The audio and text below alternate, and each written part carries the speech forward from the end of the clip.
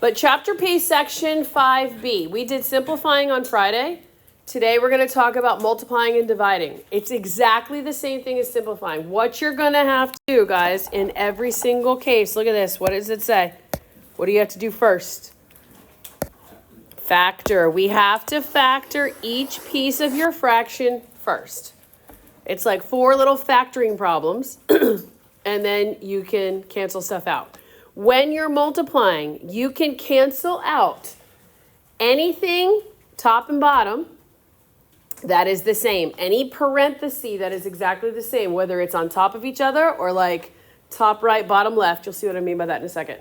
You could just cancel out. Dividing. Dividing is the same as multiplying, but guys, think about it. When you're dividing fractions, if you have 1/2 divided by 1/3, how do you divide fractions? You keep what? Change, flip. You have to keep, change to multiplication, and then flip the fraction. Then this will become 3/2.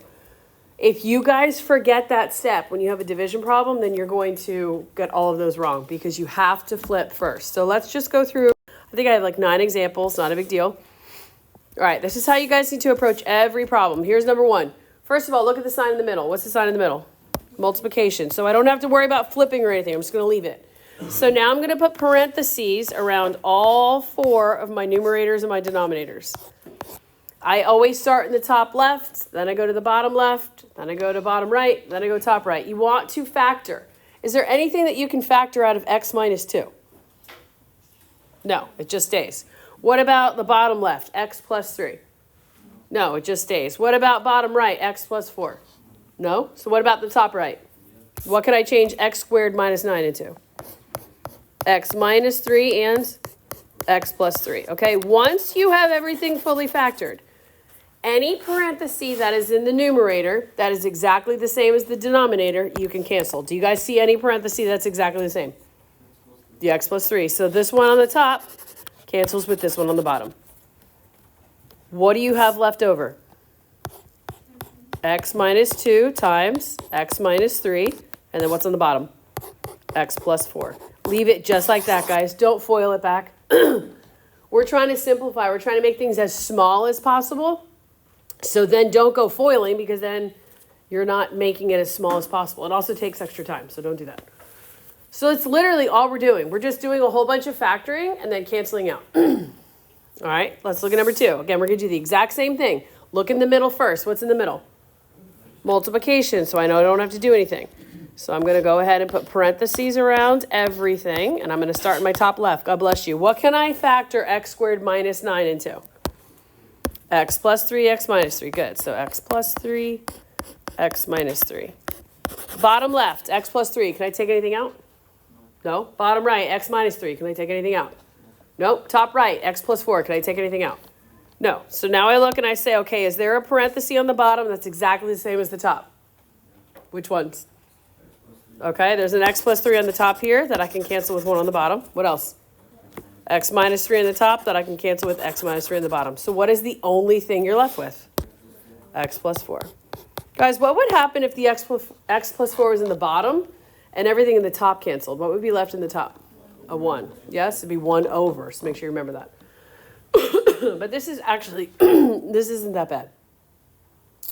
Tomorrow we're going to add and subtract. What do you have to have when you're adding and subtracting fractions?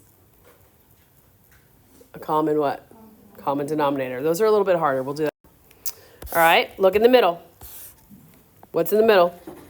Multiplication. Good. So all we have to do is just factor all 4 parts. So I'm going to start in the top left.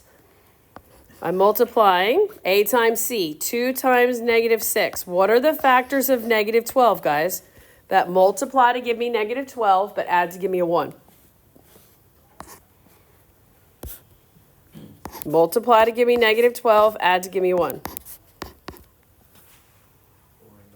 4, negative 3. So plus 4 minus 3. Since my a term is not 1, what do I have to do with it? Divide. Both of these divide by 2. Good. So my top left is going to become what?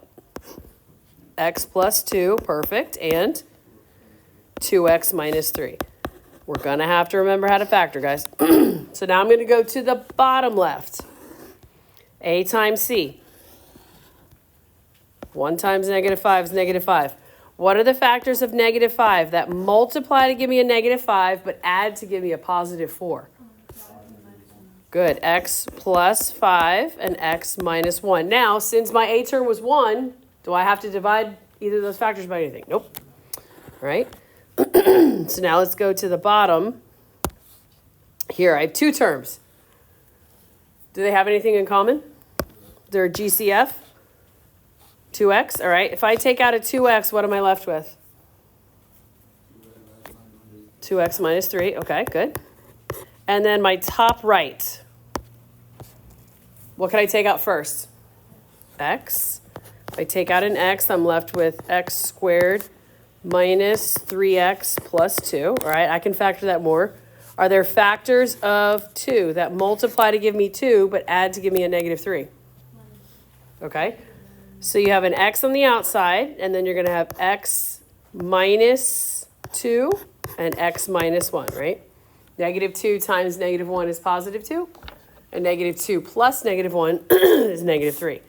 So now that you have fully factored everything, guys, anything in a numerator, whether it's right above or over to the side, anything that's the same in the numerator can simplify with anything in the denominator. So what's one parenthesis that you see is the same? Okay, there's a 2x minus 3 here, and that can cancel with the 2x minus 3 there.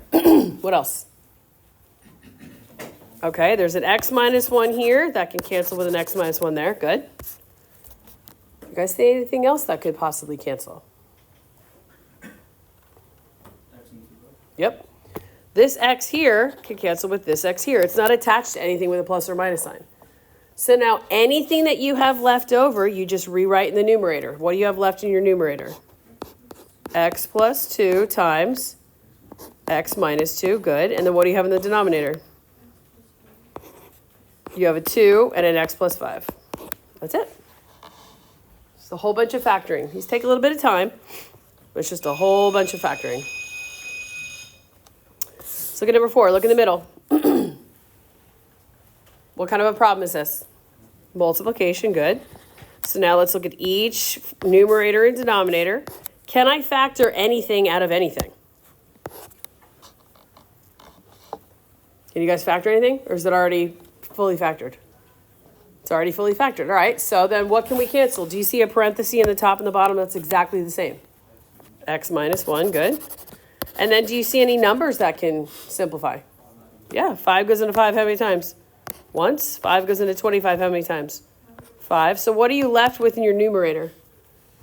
1. Perfect. And what are you left with in the denominator? 5 times x minus 2. And you can leave it just like that. You do not have to multiply anything out.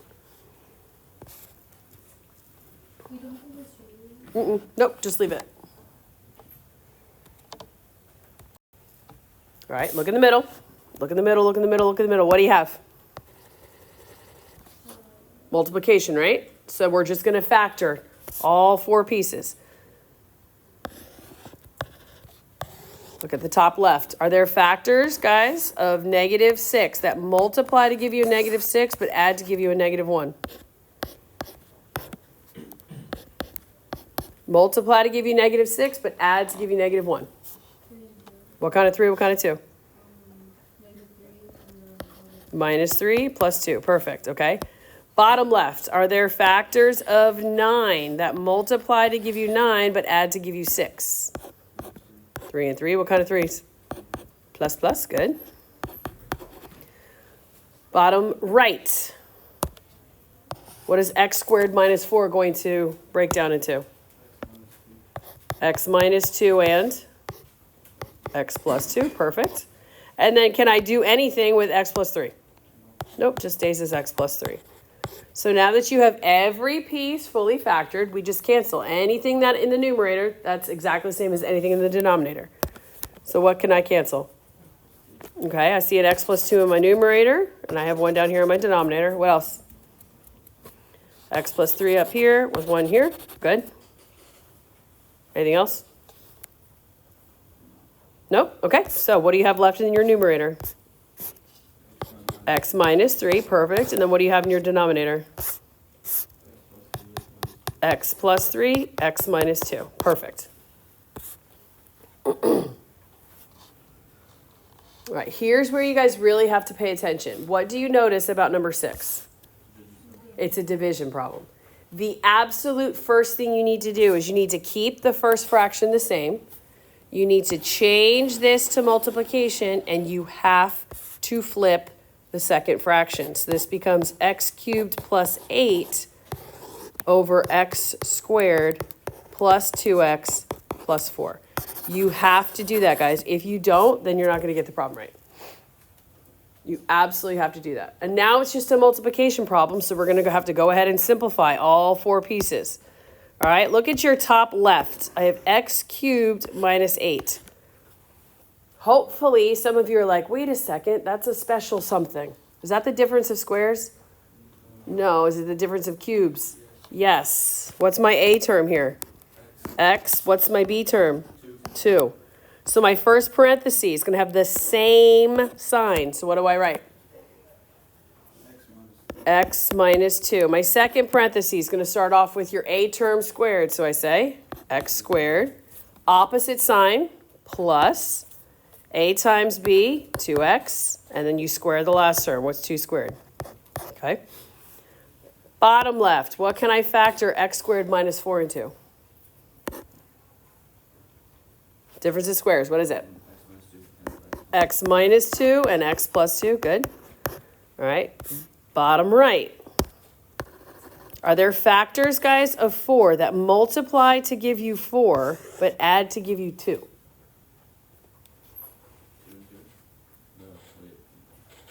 It's either 1 and 4 or 2 and 2. Are either of those going to add to give you 2 in the middle? No, so you just leave it as x squared plus 2x plus 4. And then what do you notice about the top? It's the sum of cubes, right? My a term is x, my b term is 2. So my first parenthesis says what? X plus 2. Then what? Square the first term, x squared, opposite sign. So minus 2x plus 4.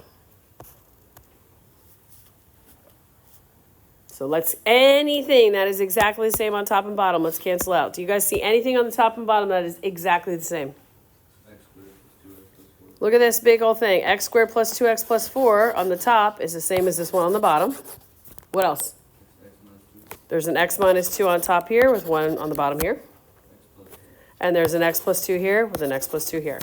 So the only thing you're left with is x squared minus 2x plus 4.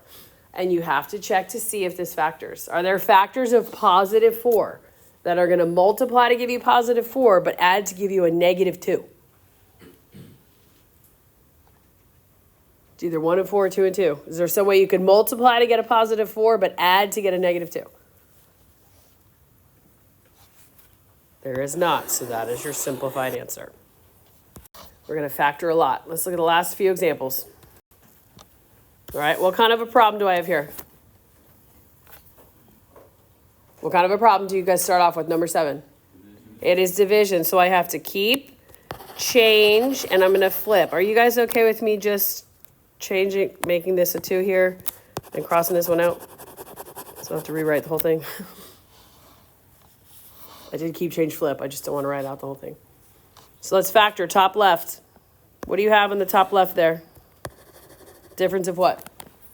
Difference of cubes. Good. So my a term is x. My b term is 1. So my first parenthesis has the same sign as the original. So what's my first parenthesis? X minus 1. And then I have x squared, opposite sign. So plus x plus 1, because I'm squaring. Bottom left, x squared minus 1. What can I factor that into? X squared minus 1. What does that become? Perfect. X minus 1, x plus 1. Bottom right, can I do anything? Are there factors of 1 that'll multiply to give me 1 and add to give me 1? There are not, so you just rewrite it.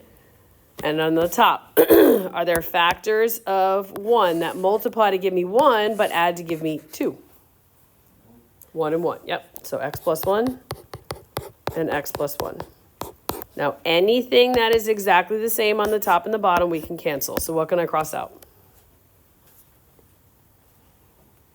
What's exactly the same? X is right here. The x squared plus x plus 1, and the x squared plus x plus 1. Yep, what else? X plus 1. X plus 1 on the top here with x plus 1 here. Okay, what else? X minus 1 and x minus 1. So what are we left with? Nothing. So 1. No, Oh, shoot. we're left with 1, x plus 1. Yep. Sometimes, guys, don't be alarmed. You might have to where everything cancels. That's a good thing to bring up. What happens if everything cancels? What are you left with? Just 1. Yep. Very good. All right, let's look at 8. What do we do with 8? What's wrong with the middle sign? I got to keep, change, flip. So I'm going to keep the first fraction, change this sign, and then flip. X squared minus 1 goes on top, and x squared goes on the bottom. So think about this, guys. X is all by itself, put it in parentheses. X minus 1 stuck together. X squared all by itself. And then what does x squared minus 1 factor into? What is x squared plus 1? I mean, x minus 1, x plus 1, right? Okay. So now, is there any parenthesis on the top and bottom that's exactly the same? Any parenthesis on the top and bottom that's exactly the same? X minus 1, good. What else do you think we can cancel? Yep, we can cancel this 1x on the top here with one of them down here, so at least we would just 1 down there. So what are you left with in your numerator? X plus 1. And what are you left with in your denominator? Just an x. Can you guys cancel those two x's out? No, because x plus 1 on the top is stuck together, so you leave it just like that. All right, last one, then you guys can start some practice problems. What do you notice about the sign in the middle? It's division, so I have to keep my fraction, the first one. I need to change this to multiplication, and then I'm going to flip. This becomes x plus 7 over 3x minus 21. And now we're going to fully factor. I'm going to say a times c. What are the factors of 49? That multiply to give me 49, but add to give me a negative 14. X minus 7 and x minus 7. Perfect. Bottom left. I have x squared minus 49. What can I factor that into? X minus 7, x plus 7. Good. Whoops. Why'd I write a 2? All right. Bottom right. What can I do with 3x minus 21? I can take out a 3. Good. And that's left with what? X minus 7. Perfect. And then what about my top right? Anything? Just x plus 7, right? Now, guys, anything on top and bottom, don't get crazy. Make sure it's a 1-to-1 ratio, 1 on top, 1 on the bottom. I have an x minus 7 here. I can cross it off with an x minus 7 here. Agreed? I have another x minus 7 in the top, and I can cross it off with this one down here in the bottom. Anything else? I have an x plus 7 here that I can cross off with an x plus 7 here. So what am I left with in my numerator? Everything canceled out. What am I left with? In my numerator, what am I left with? A 1. And then what's in my denominator? There you go. That's it. Good question. Right here with 3x minus 21, we took out the GCF of 3. So it's just x minus 7. There's no 3 there anymore. No, you bring the 3 out in front.